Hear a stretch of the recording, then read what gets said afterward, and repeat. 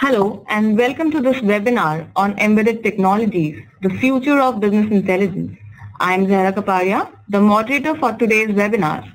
In the next 60 minutes, we will learn about how embedded databases and BI platforms are transforming the way we manage and analyze our data. So before we start, let me quickly brief you about some best practices to follow. We request all attendees to please remain on mute while the presentation and demos are on. In case you have a question, please send your questions to me via chat or the Q&A option available in the panel. Also, we request you to please share your feedback for the webinar by filling in the survey at the end of the webinar. Now, let me introduce our speakers for today. We are pleased to have with us Evaldo Oliveira. Evaldo has more than 20 years of industry experience and has worked on varied technologies like embedded systems and more in this tenure. He currently directs the Business Development and Project Delivery Initiative at FairCom Corporation. Thanks for joining us today, Evaldo. Sure. Good morning, everybody, and thanks, Sarah, for the introduction. Thanks, Evaldo. We also have with us another technology expert, Rajesh Murthy, Vice President Engineering at Intellicus Technologies. Rajesh is the founder architect of Intellicus. Thanks for joining us today, Rajesh. Thank you, Zara. Hi, good morning, everyone. So now let's get started. Over to you, Evaldo. Thanks, Sarah. Yeah, and thanks, everyone. It's a very important topic to discuss a little bit about embedded technologies. My name is Evaldo Oliveira. I work with FairCom Corporation. We are a database company that develops database since 1979, and a lot of our business is focused on embedded technologies. So I think we're going to have some interesting things to share here. First, our database is called C3 ACE database. It's what the market calls today as a multi-model database because its core engine it's an ACID key value store. It's designed for high performance and high throughput applications, but it's not only key value store. It also supports SQL. So we have multiple APIs to access this data. It's being used by mission critical environments all around the world, and we provide about 22 different APIs to integrate with your application, with supporting more than 20 platforms. That's a very critical point here for embedded technologies because, of course, if you are taking this database and binding together with your application, you want to make sure the database is also supporting all different platforms that the application is able to support. So, but let's look into a little bit on the benefits of having an embedded database inside your application. So, like you can see a list here of the main topics we're going to discuss briefly. First, of course, having a sophisticated SDK. That's really critical because if you're going to embed the database inside your application, you want to make sure you have all different kinds of ways to access the data. Second, the ability to customize packages. Because if the database is going together with the application, when you install the application, the installation package needs to be able to know that the database is inside the application and be able to tune that. We're going to dive deeper a little bit on this in a minute here. The operation needs to be very simplified because in many cases you're not expecting to have a DBA on site. So when the database is embedded, the fact here is that you assume that the database needs to be up and running by itself as most of the time. We do offer, FairCom specifically offers different ways to integrate the database inside your application. We're going to discuss that here and the different architecture models that we offer.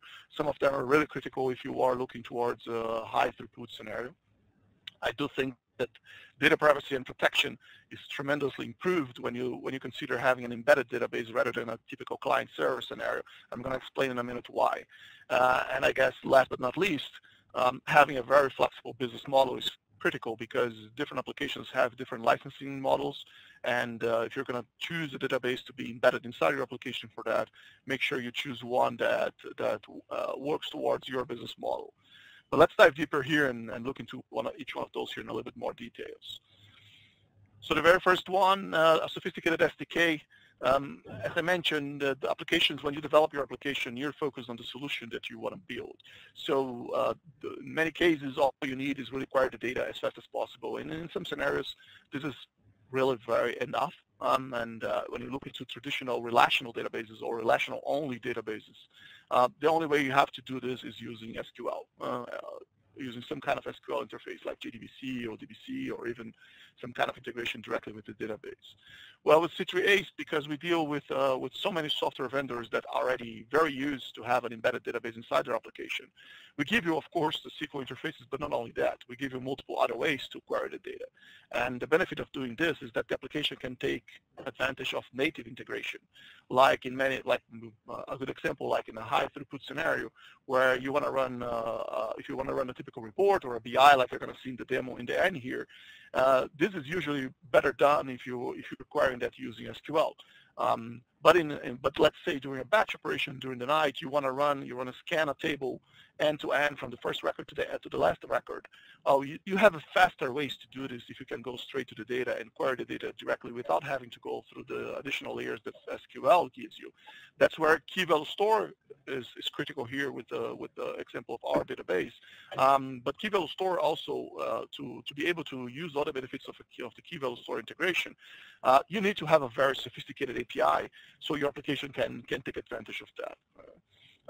The SDK is also very critical for porting.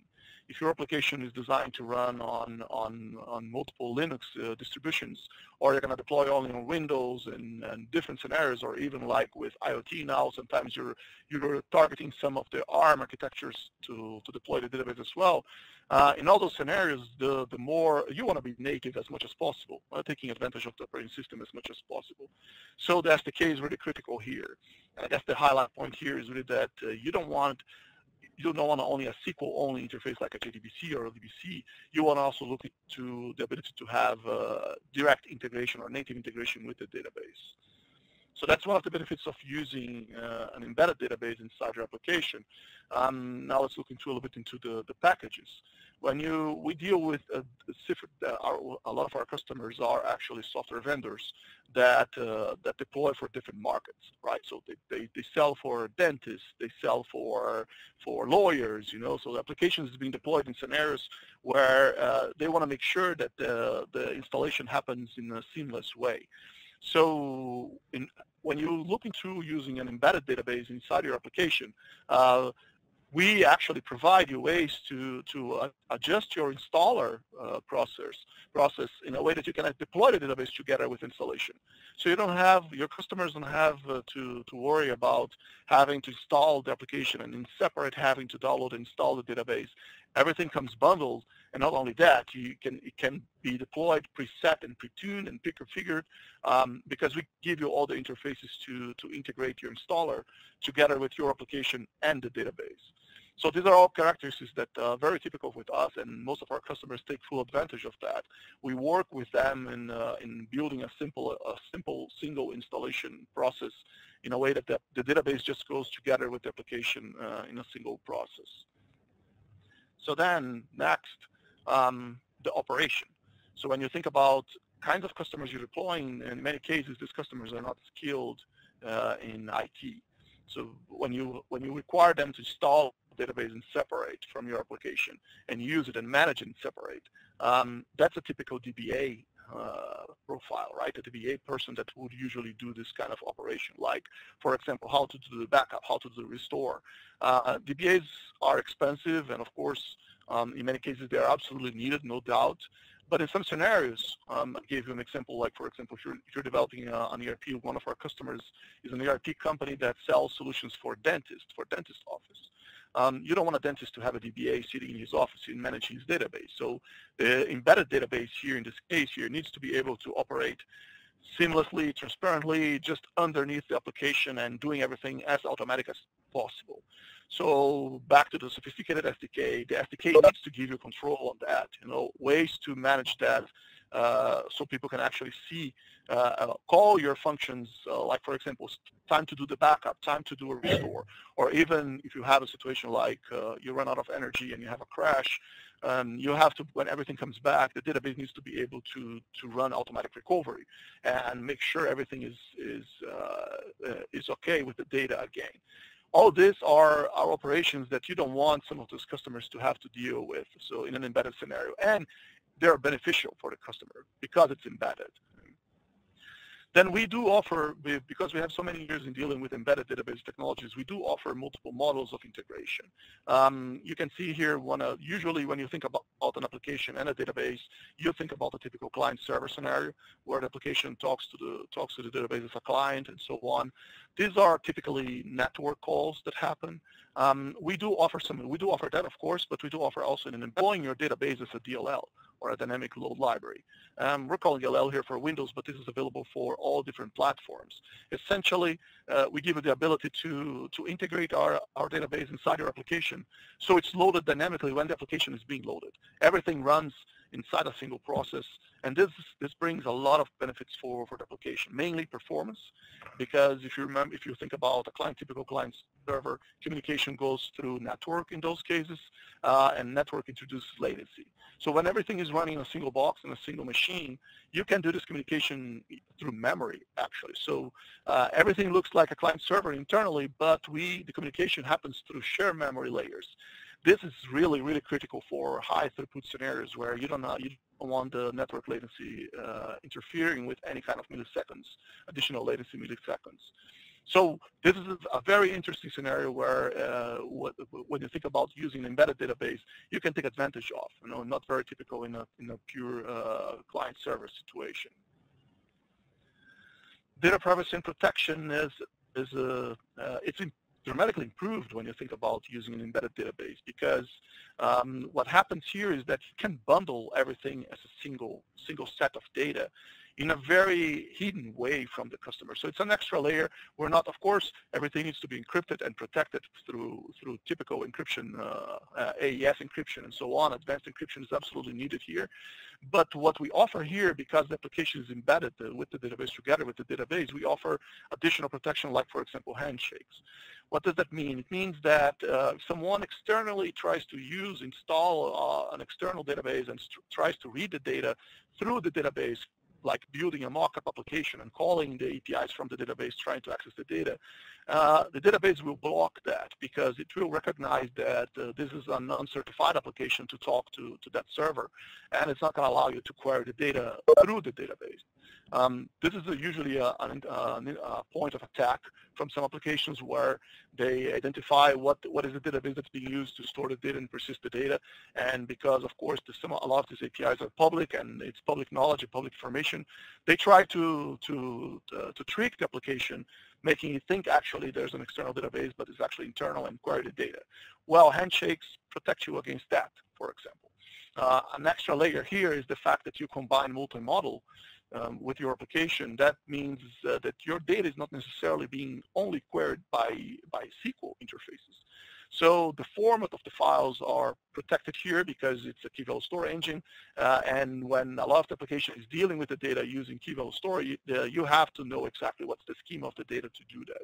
So again, the combination of the handshake with the multi-model here gives you an extra layer of protection on how to access this data and how to query the data. These are all benefits I see here as when you consider an application that's thinking about using an embedded database. I guess really important here is the business model. Thinking about an application that we sell, like I mentioned, we sell all over the world with thousands of customers all over the world. The majority of these customers are software vendors that have their application and they target different markets. In many cases, they are cloud vendors. In many cases, we have customers that are dealing with scenarios like hosting, for example, on-premise. This all requires different business models, right? In some cases, we have customers, for example, several of our customers are on the payment industry, like credit card processing. They charge per transactions, and so they're really looking to how many transactions per second or per millisecond are being processed. When you think about embedding a database inside the application or installing a database and separate, if you don't couple your business model to the customer's business model, this might turn into a challenge on the deployment side, because of course you want to be close as possible to the way you're charging your customers versus your third-party choice of a database as well.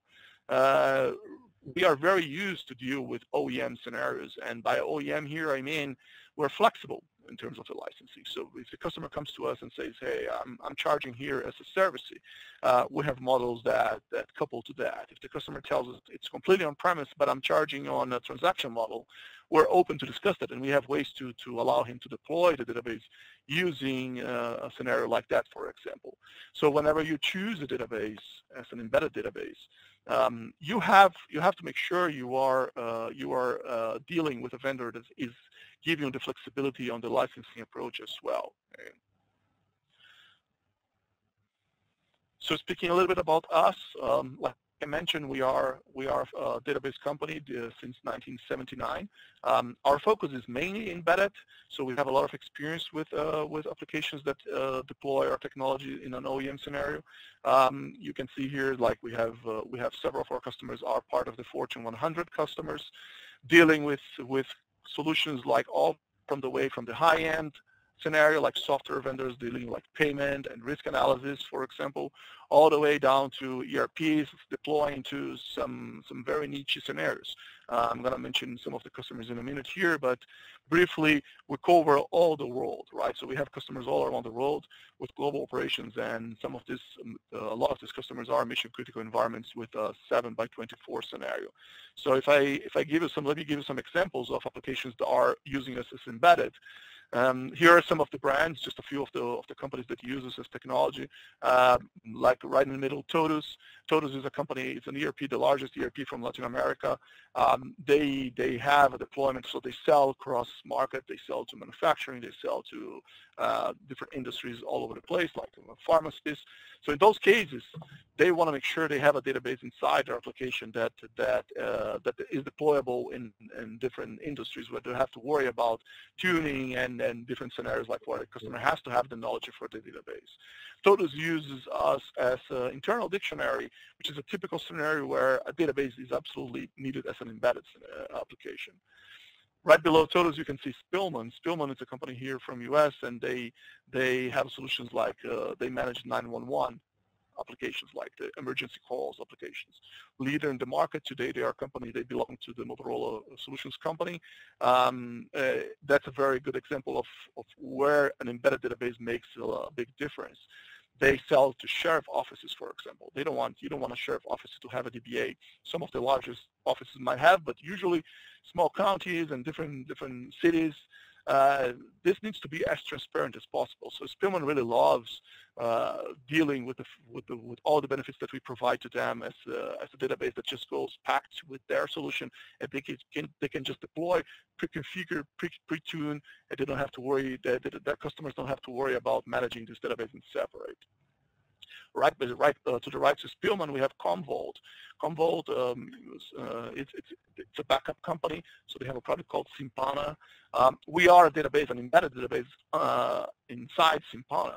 So every Commvault customer today has a database running behind the scenes, sometimes not even knowing or noticing that the database is managing the data there inside the application. Again, the main purpose of a backup system is to backup files, right? So there's no reason for a customer in this case here to worry about the database. There is a database there. It's completely embedded, taking advantage of all the benefits that I mentioned in a few slides above here, like no need to worry about if something happens and the system stops and comes back. We recover the data automatically for Simpana. So this is all happening behind the scenes, and of course, makes a lot of sense to have like an embedded application.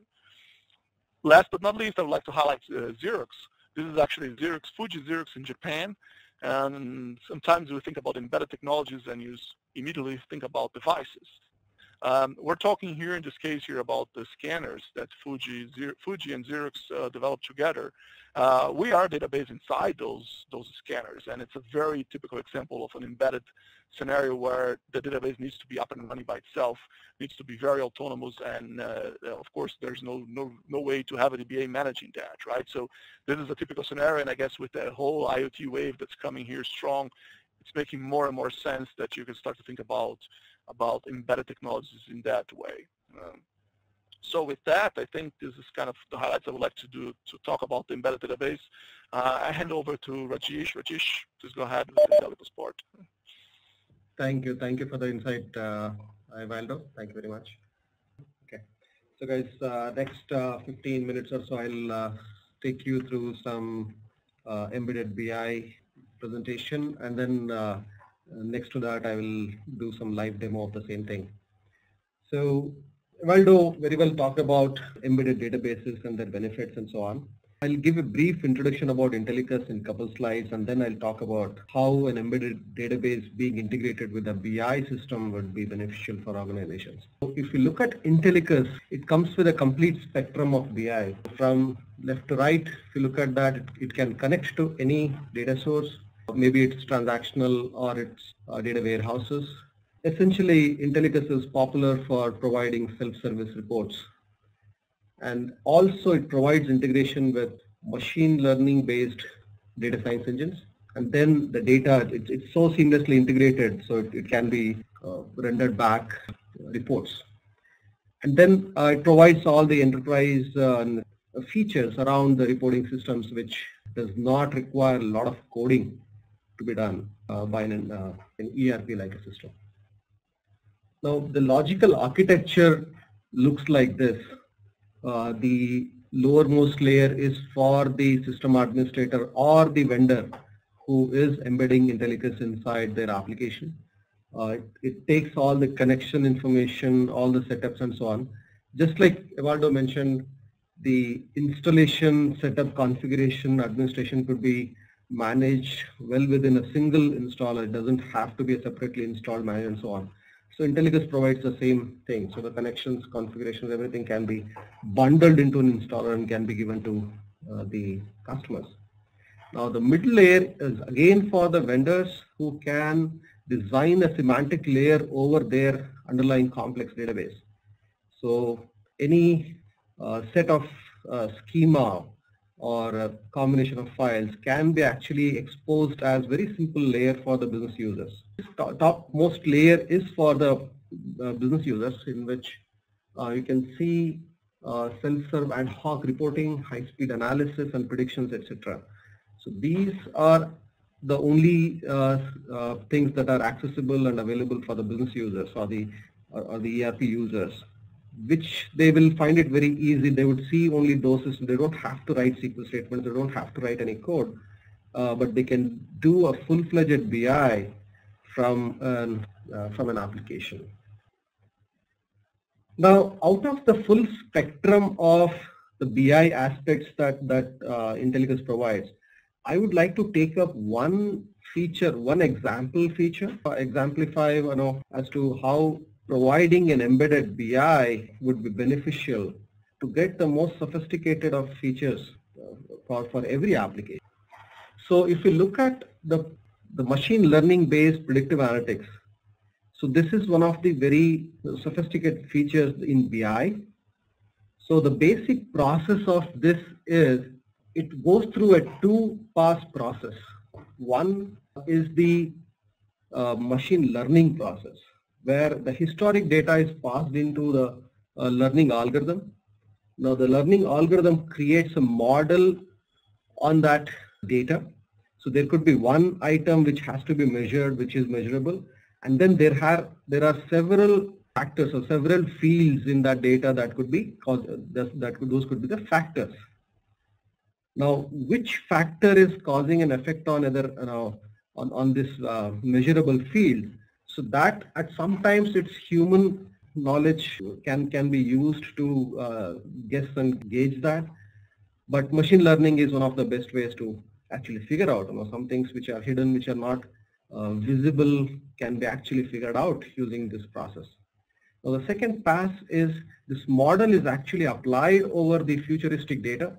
The futuristic data can be actually created or predicted by the algorithms itself, so that the predictions are created. Now this is what happens in general machine learning and machine learning based prediction process. Now if you look at how this machine learning has been used in larger organizations and how that can be transformed. So if you look at the traditional ways of using machine learning, the whole of data, transactional data that comes into system via various applications, first of all, they are put into a data warehouse. Now, the benefit of putting the data into data warehouse is mostly, most different applications or different instances of the applications can, that data can be pulled into one place. And then huge amount of data can be collected. Now, there are some disadvantages also there could be. Some of the data warehouse logics can ignore some detailed data. It can only summarize, collect summarized data. And so it can also collect only some selected data, not all the data could be collected. A newer version of data warehousing has come up as data lakes, where nothing is summarized, nothing is eliminated, all the data is dumped onto that data lake. So let's assume both these cases. Now the machine learning and the prediction part is applied either on data warehouse or the data lakes. Batch mode process, in the sense that it's a huge amount of data that learning process takes much time. And also it is considered as a premium specialized process, because it takes a lot of compute time, it takes a lot of processor time. For example, if data lakes, simple machine, simple hardware is not used, in that case huge clusters are used. So again the compute becomes costlier. But what happens in this case, the purpose of using machine learning based BI converges into to mine huge amount of data for a special purpose. Because the cost is high, it primarily gets accessible by senior management or top people in the organization.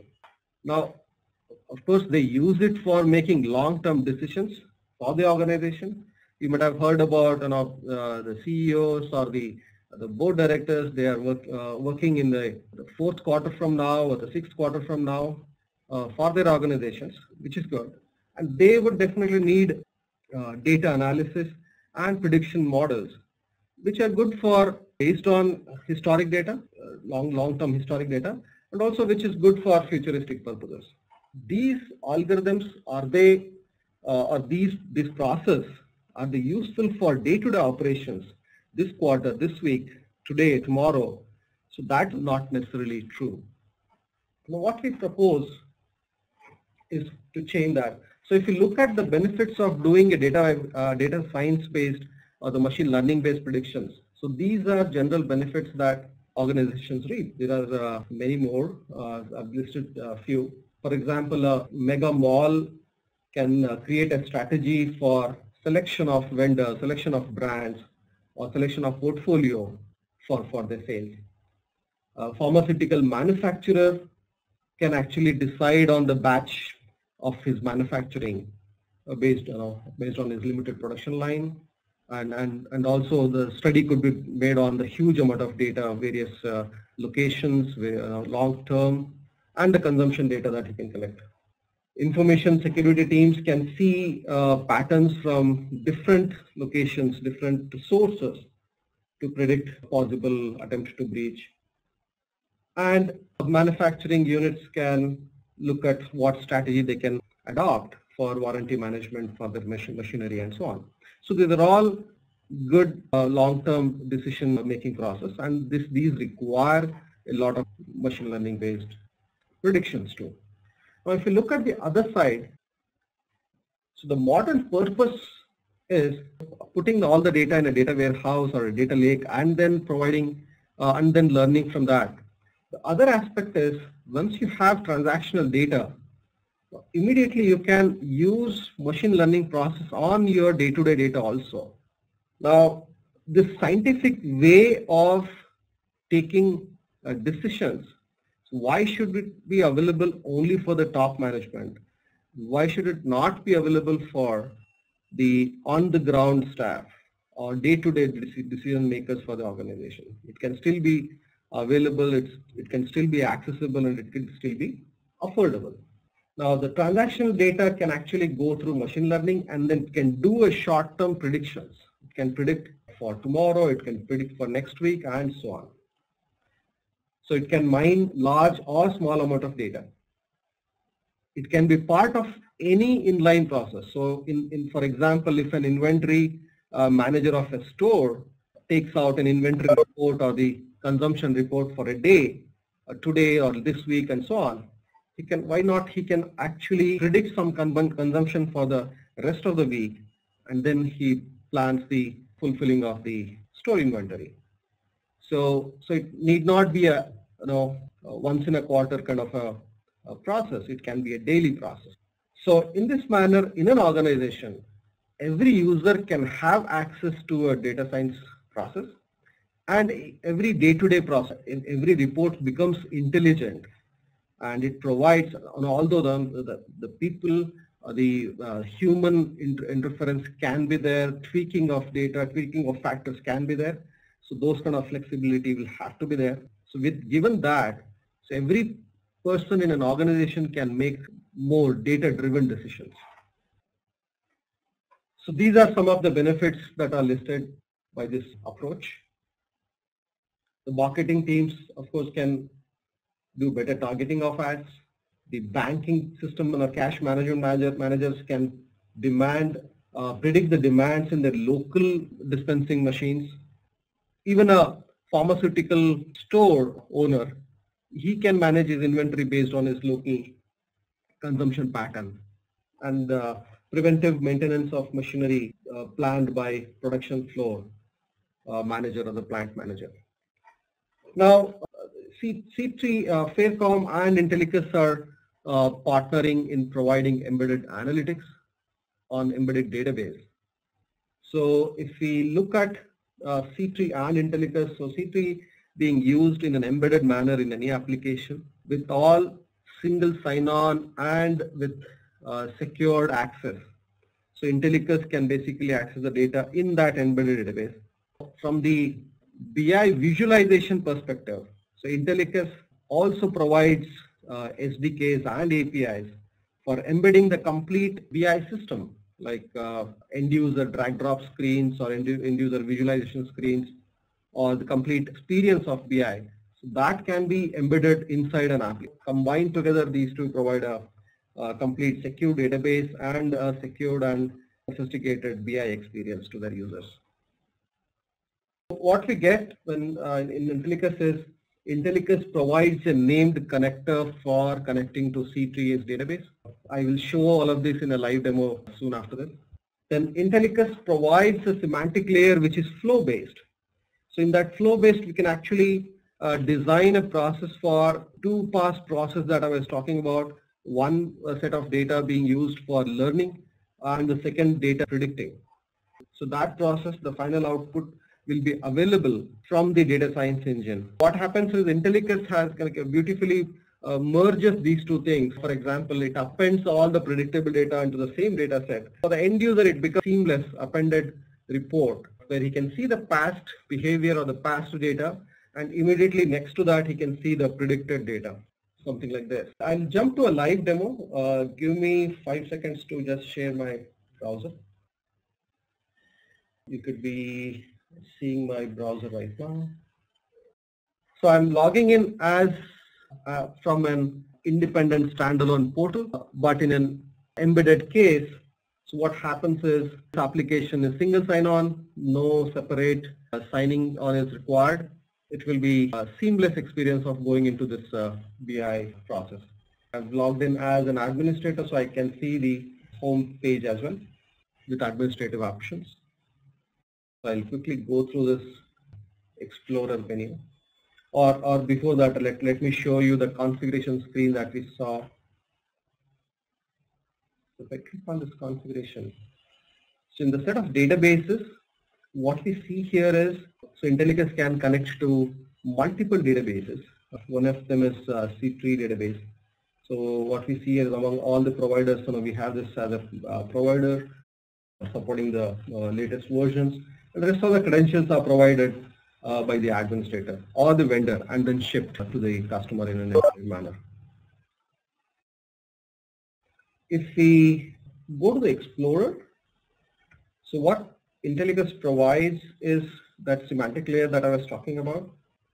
So if I open this, so this is a 3-stage process. The data fetching is from this C3 database. If I click on this design, see that this data is coming from that embedded database. So SQL statements can be used, and in very near future we will be providing that native API based connectivity. That will be much efficient than the SQL based connections. Here we can see the data inside of a BI system. Similarly, if I open a semantic layer object, query object with the prediction step in that, what we see here is that training data, which is historic data, it's not necessarily be many years of data. It could be 1 week's data or 1 month's data. This is a predictable data, either which is predicted or generated or can be provided.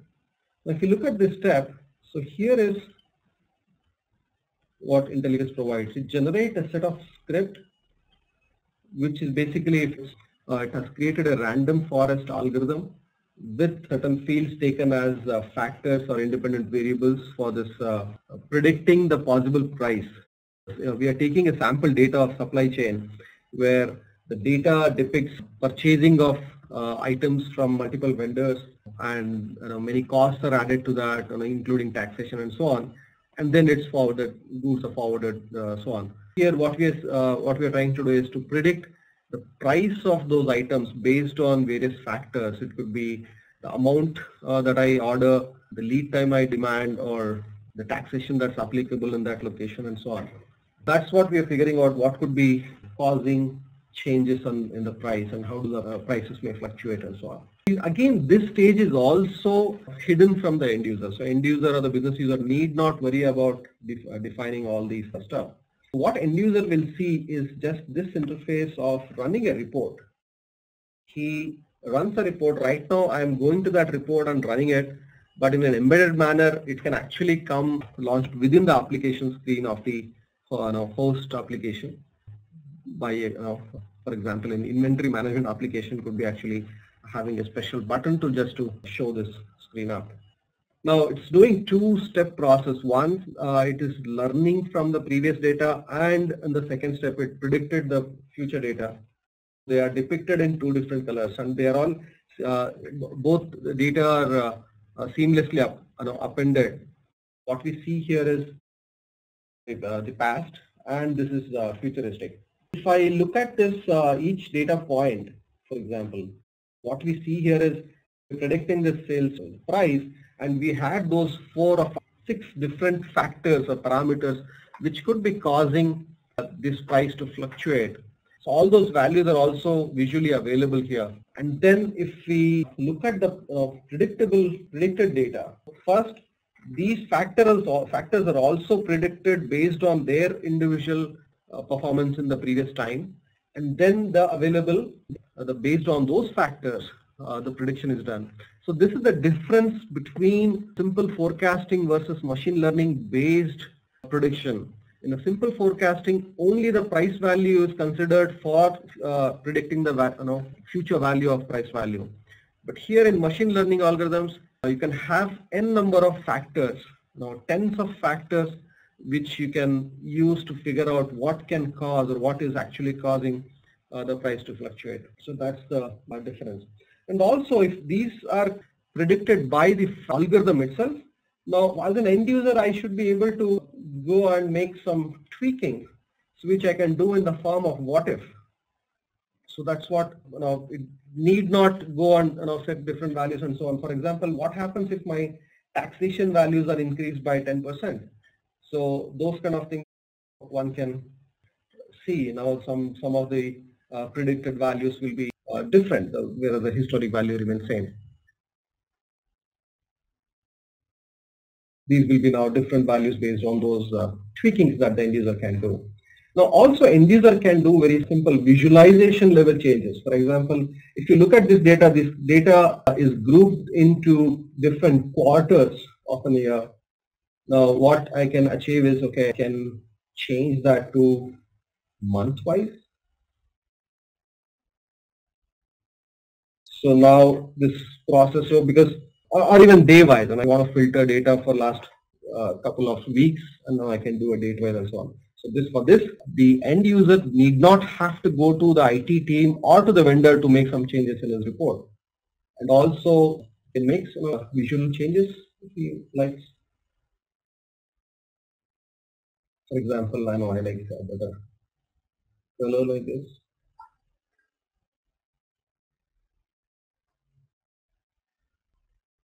And finally, if I can take this out in the form of a PDF for my presentation, PDF or PPT, that's what I can achieve here. So I can export,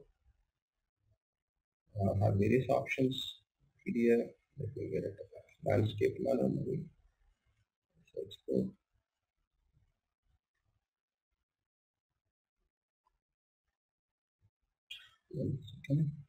Yeah, here it is. So here I can take that out and use it in my presentations and so on. So this is what I wanted to present in my live demonstration. Now this becomes what I want to highlight is that machine learning and prediction can become day-to-day activity, every report. So this could be a simple pricing report. The prediction can become part of every report in an organization's process. It need not be a very specialized process which is accessed or which is run few times a year or accessed only by privileged management in the organization. They can actually provide this intelligence or business intelligence to their whole organization. Back to you, Zira. So now we will start with our question and answer session. So let's get started. So the first question that we have here is, if my multiple applications are using a databases, how would an embedded database fit in this architecture? Want to take that? Yeah. Hi, Zara. Thanks. Yeah, I think this is actually a great question. The coexistence across multiple databases. And this speaks a lot to the advanced architecture slide I was talking a minute ago, because in those cases, the benefit is of having an embedded database is exactly avoiding conflict across multiple different databases in the same environment. Because it's running inside your application completely embedded, you are actually protected against external access. So in theory, you don't have any problems. It's actually very good in many ways, because you make sure you are running a little silo where your data is completely protected against any other applications trying to query that data. On the same note, one thing interesting on the advanced architecture, especially on the dynamic library that I was mentioning a minute ago, you don't have necessarily when you're running embedded in that scenario, you don't have necessarily to have your database completely closed to external queries. You have ways to keep it open. So if you have to integrate your additional application, let's say you have an application running and you want to be able to query the data in an embedded scenario, you're still able to do that with C3A. So both scenarios where you want the data to be completely protected or you want the data to be able to integrate with other third-party databases are absolutely possible. I think in embedded scenarios it's even better. So let's move to the next question. How is the performance of an embedded database compared to querying over a standalone database? Yeah, that's also a very interesting point. I mentioned before some of the customers we have. Lots of those customers are in mission critical environments with high throughput. So performance gets much better with an embedded database for sure. So if you are developing or if you're creating an application where throughput or latency is critical, having very low latency or high throughput is really critical, embedded is the way to go for many reasons. One of them is mainly because you have native integration between your application and the database.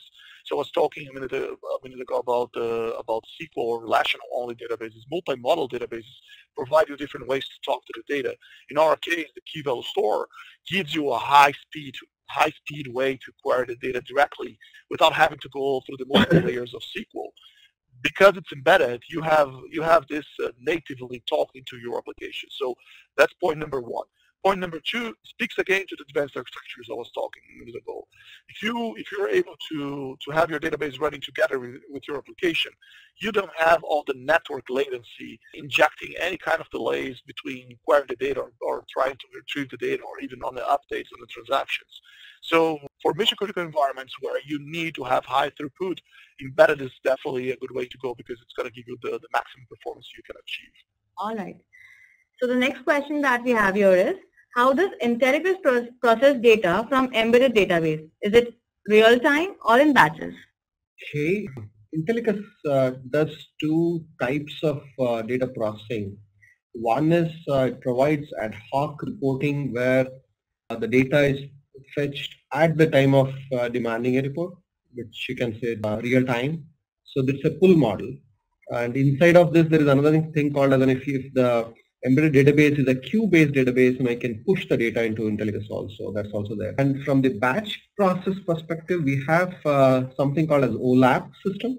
So that is meant for kind of creating small data warehouses where data is pulled in the form of batches to create aggregates, and the aggregates are stored. So we provide both in terms of real-time versus batch. All right. So the last question that we have here is, any predictions would depend on number of factors. What do you recommend are the best practices to identify those factors? Selecting the factors. The machine learning process does not require very diligent work in terms of selecting the factors. So that's the beauty of machine learning. That's what the algorithms decide by themselves. The data shows up automatically as to which factors are causing an effect and which is not. It's essentially a thought in that, but it's okay to not correct in that process. You can provide all the factors, possible factors, and the algorithms will pick up the ones which are causing the effect. So there's one more question. What is the challenge of your company versus competitors? Well, I guess the first, we are a database designed for very specific scenarios, like where you have needs that in many cases Oracle is an overkill. So of course, when you think about some scenarios, like for instance applications, for example, payment systems I was mentioning a minute ago, this is a scenario where you have to combine both NoSQL and SQL capabilities. NoSQL because when you're swiping a credit card, you have like milliseconds to have an online transaction going all the way from the store all the way to the bank, in a switch scenario, for example. This cannot be done by a traditional relational database. But on the other hand, you also want a SQL because you want to be able to produce reports. You want to be able to integrate with the BI tools like Intellicus. You want to be able to have all the traditional ways to query the data, which is very, very critical. So we essentially operate in different scenarios. We have most of our customers where they ended up deciding that traditional relational databases are not good enough for them. They need something more than that. So I don't know if that answers the challenge question, but that's pretty much how we position ourselves in the market, I guess. Okay, and I think there is a second part to this question as well as to how does it compare or compete with Sybase and Cognos as well. So Cognos, Intellicus actually compares with Cognos.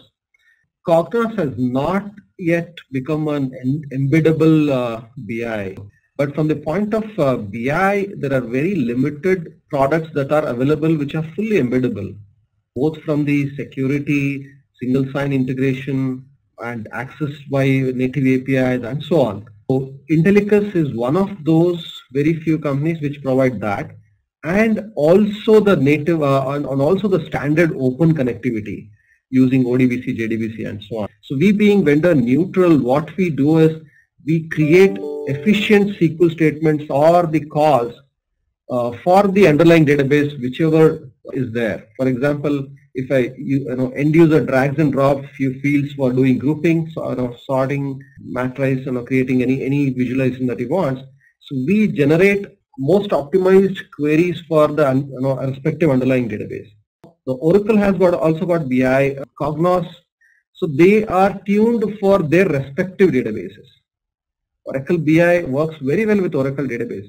Cognos BI works very well with the IBM databases, but not necessarily with other databases. So that's the difference. So we hope all your queries are addressed. If you have more questions, you can send us over email. So that's it for today. Thanks Evaldo and Rajesh for taking us through the presentation and demo. And thanks everyone for joining us. Please don't forget to share your views in the survey you will receive shortly. Have a great weekend ahead.